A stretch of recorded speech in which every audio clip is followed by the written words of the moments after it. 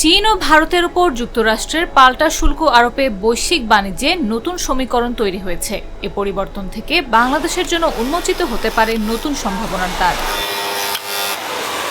বিশ্বব্যাংকের ঢাকা কার্যালয়ের সাবেক মুখ্য অর্থনীতিবিদ ডক্টর জাহিদ হোসেনের মতে, শুধু 2025-26 অর্থবছরে মার্কিন বাজার থেকে $2 বিলিয়ন বেশি রপ্তানি আয় বাড়তে পারে। শনিবার মাইক্রো ইকোনমিক চ্যালেঞ্জ ও উত্তরণের পথ শীর্ষক আলোচনা সভায় এ কথা জানান তিনি।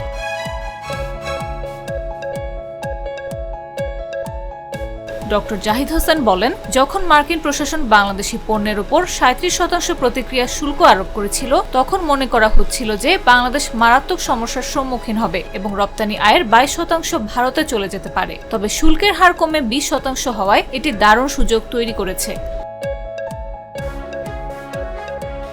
বাংলাদেশের প্রধান রপ্তানি পণ্য তৈরি পোশাক। দীর্ঘদিন ধরে মার্কিন যুক্তরাষ্ট্র বাংলাদেশের অন্যতম বড় বাজার, কিন্তু সাম্প্রতিক সময়ে যুক্তরাষ্ট্রের চীন ও ভারতের উপর বাড়তি শুল্ক আরোপের ফলে সেখানে তাদের পোশাক ও অন্যান্য পণ্যের প্রতিযোগিতা ক্ষমতা কমে যাচ্ছে। সেই জায়গায় তুলনামূলক কম দামে এবং মানসম্মত পণ্য সরবরাহ করে বাংলাদেশ আরও বাজার দখল করতে পারে বলে মত বিশেষজ্ঞদের।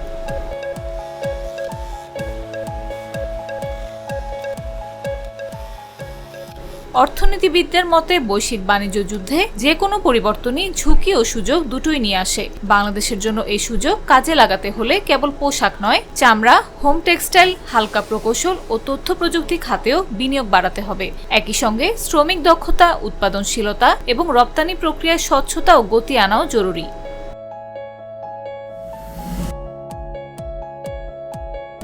তবে চ্যালেঞ্জও কম নয়। ডলারের ওঠানামা, আন্তর্জাতিক কাঁচামালের দাম বৃদ্ধি, শ্রম বাজারে অস্থিরতা এবং বাণিজ্য সংশ্লিষ্ট অবকাঠামোগত সীমাবদ্ধতার সুযোগকে বাস্তব রপ্তানি আয়ে রূপান্তরিত করতে বাধা হয়ে দাঁড়াতে পারে। আবার যুক্তরাষ্ট্রের রাজনৈতিক পরিবর্তন ও কূটনৈতিক সম্পর্কের গতি প্রকৃতিও এই সম্ভাবনাকে প্রভাবিত করতে পারে।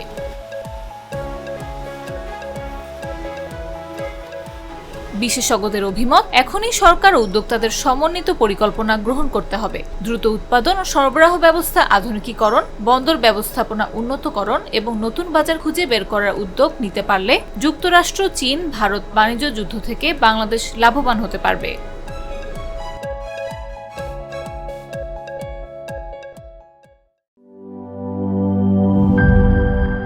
বান্ডেল থাকলে প্রতি সেনমানিতে টাকা বাঁচবে। বিকাশ সেনমানি বান্ডিল কিনে জিতুন প্রতি লেনদেনে।